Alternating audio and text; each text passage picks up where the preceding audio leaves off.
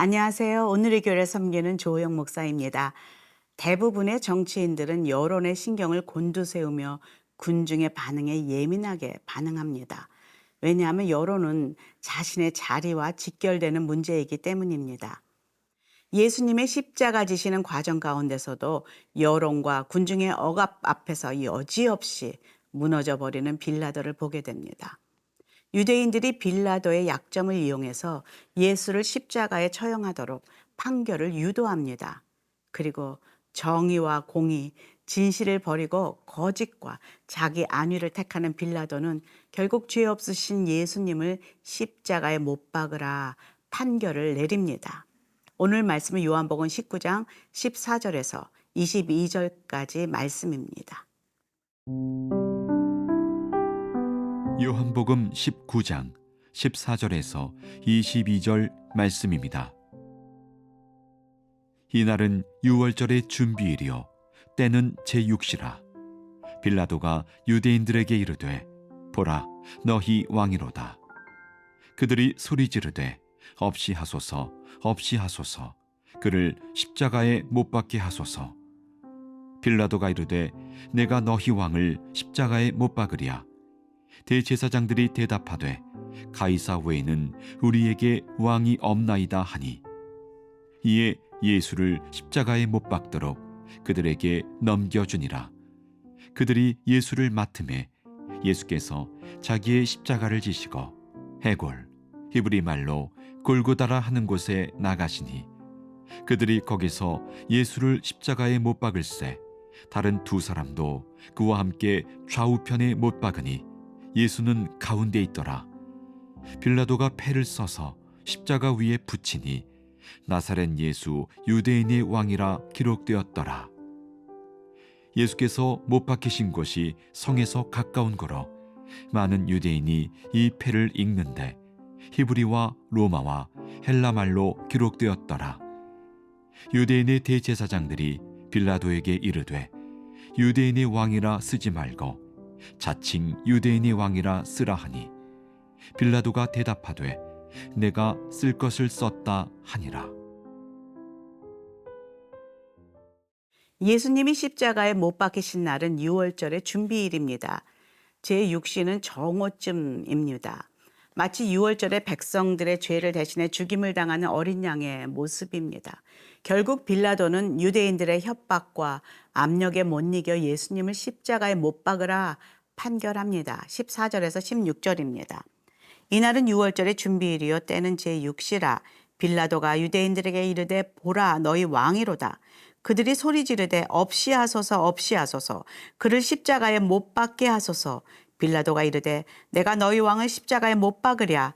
대제사장들이 대답하되 가이사 외에는 우리에게 왕이 없나이다 하니 이에 예수를 십자가에 못 박도록 그들에게 넘겨주니라.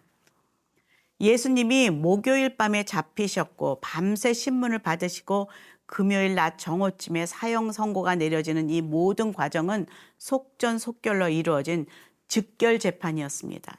증인도 없었고 유대 종교 지도자들은 예수를 사형에 처해야 한다고 이미 결정한 상태로 예수를 빌라도에게 넘긴 것입니다. 놀라운 것은 예수를 죽이려는 악한 무리도 밤을 새우며 이 모든 과정에 처음부터 잠도 안 자고 쭉 함께하고 있었다는 것입니다. 제자들은 다 도망갔어도 예수를 죽이려는 무리들은 절대로 물러나지 않습니다. 예수를 죽이고자 이렇게 온 힘을 다하는 그 종교 지도자들과 하수인을 보면서 그들 안에 숨겨진 그 악의 씨앗, 증오의 불씨가 그들을 이렇게 움직이고 있구나라는 생각을 합니다. 예수를 죽이고자 이렇게 온 힘을 다하는 종교 지도자들과 그 하수인들을 보면서 그들 안에 숨겨진 그 악의 씨앗, 증오의 불씨가 그들을 이렇게 움직이고 있구나라는 생각을 하게 됩니다. 사실 이 악의 씨앗은 갑자기 생겨진 것이 아닙니다. 예수님께서 수많은 표적을 행하시고 또 죽은 나사로를 살리신 이후에 민심이 더욱 예수님을 따르는 것을 그들이 보게 됩니다. 그리고 점점 불안해지기 시작했습니다. 예수님께서 유월절을 지키시기 위해서 십자가의 죽음을 위해서 예루살렘에 입성하는 날, 그날 예루살렘 사람들이 나귀를 타고 들어오시는 예수님을 향하여 호산나 호산나 주의 이름으로 오시는 이여, 이렇게 종려가지를 흔들며 환영하는 모습에 그들은 망연자실하며 서로 이렇게 이야기했었습니다. 요한복음 12장 19절에 보면은 바리새인들이 서로 말하되 볼지어다 너희 하는 일이 쓸데없다. 보라 온 세상이 그를 따르는도다 하니라.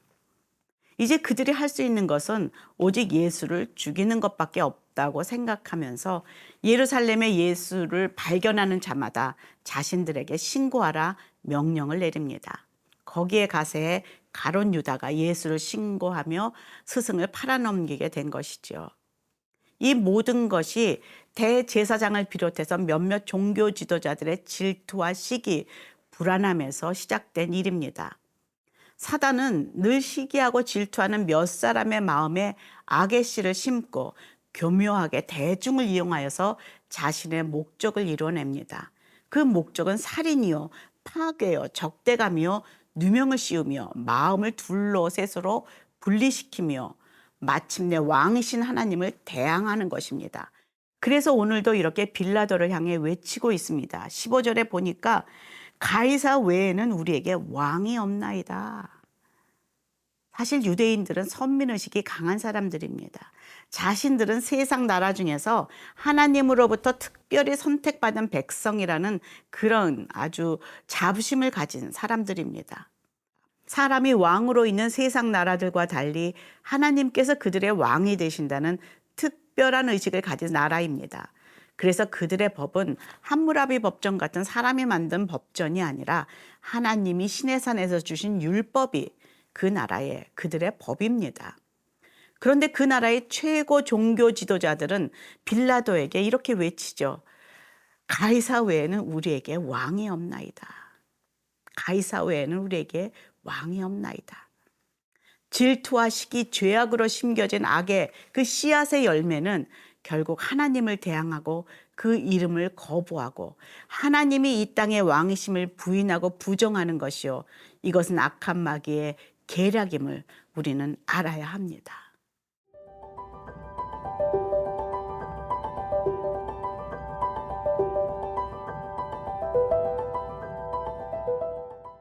결국 빌라도도 그들과 함께 이 살인 행전에 동참합니다.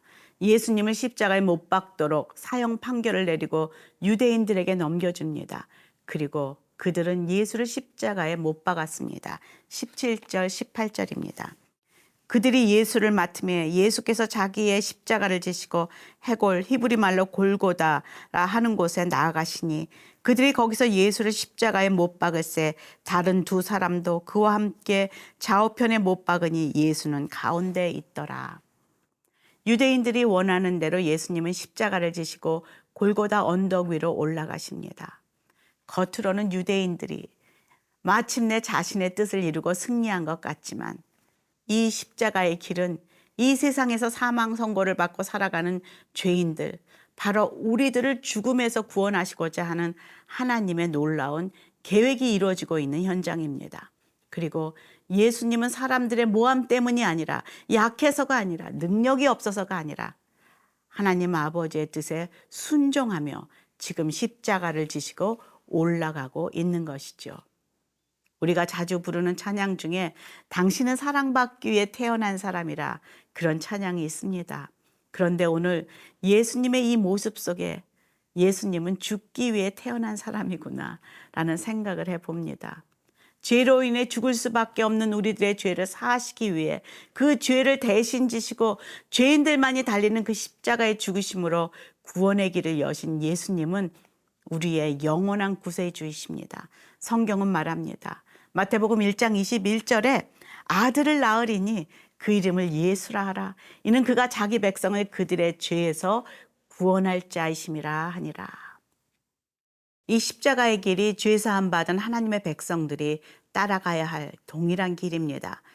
각자 자신의 십자가를 지고 나를 따르라 말씀하심은 자신의 뜻을 내려놓고 하나님 뜻에 순종하신 그 예수 그리스도의 십자가의 길을 우리도 따라가는 것이 합당하다라고 말씀하시는 것이죠. 마태복음 10장 38절에 보면은 또 자기 십자가를 지고 나를 따르지 않는 자도 내게 합당하지 않다라고 말씀하십니다. 예수님의 좌우편에는 강도들이 함께 달려 있습니다. 그들은 자신의 죄값을 십자가에 달려 스스로 치르고 있지만 죄 없으신 예수님은 죄에서 자기 백성을 구원하시기 위해 그들의 죄값을 대신 치르기 위해 십자가에 달려 있습니다. 예수님의 머리에는 유대인의 왕이라는 팻말이 붙어 있습니다. 19절에서 20절입니다. 빌라도가 패를 써서 십자가 위에 붙이니 나사렛 예수 유대인의 왕이라 기록되었더라. 예수께서 못 박히신 곳이 성에서 가까운 거로 많은 유대인들이 이 패를 읽는데 히브리와 로마와 헬라 말로 기록되었더라. 히브리, 로마, 헬라 말로 유대인의 왕이라는 팻말이 십자가 위에 붙여집니다. 대제사장은 이것이 마음에 들지 않습니다. 그래서 이것을 떼고 대신 자칭 유대인의 왕이라고 고쳐 붙여달라고 요구합니다. 정말 못 말리는 대제사장입니다. 영생은 하나님과 하나님이 보내신 예수 그리스도를 아는 것이라 성경은 말하고 있습니다. 이 유대인의 최고 지도자인 종교 지도자 대제사장은 예수님을 몰라도 너무 모릅니다. 그들이 경배하는 하나님에 대해서도 말씀에 대해서도 너무나 무지합니다. 사람들을 올바로 가르치고 인도해야 하는 종교 지도자들의 죄는 다른 군중들에 비해 더욱 클 것입니다. 사실 저는 이 모습을 보며 목사로 서 있는 제가 두렵습니다. 그리고 기도합니다. 주님을 올바로 알고 성경을 제대로 이해하고 가르치는 그런 지도자가 되게 해주세요. 기도합니다. 왜냐하면 야고보서에서 보면은 그 선생된 자들이 더 큰 심판을 받는다고 말하고 있기 때문입니다. 마지막으로 팻말을 고쳐달라는 대제사장의 제안을 이런지하에 거절하면서 내가 쓸 것을 썼다라고 말하는 빌라도를 보면서 조금은 씁쓸한 마음이 듭니다. 그러나 때는 이미 늦었습니다. 그는 결국 사도신경에 예수님을 못 박아 죽인 주범으로 그 이름을 올렸습니다. 이것을 보면서 내 안에는 이렇게 뒷북을 치는 빌라도가 없는지, 세상의 눈치를 보다가 하나님을 배신하는 빌라도의 모습은 없는지 돌아보게 되는 오늘의 묵상입니다.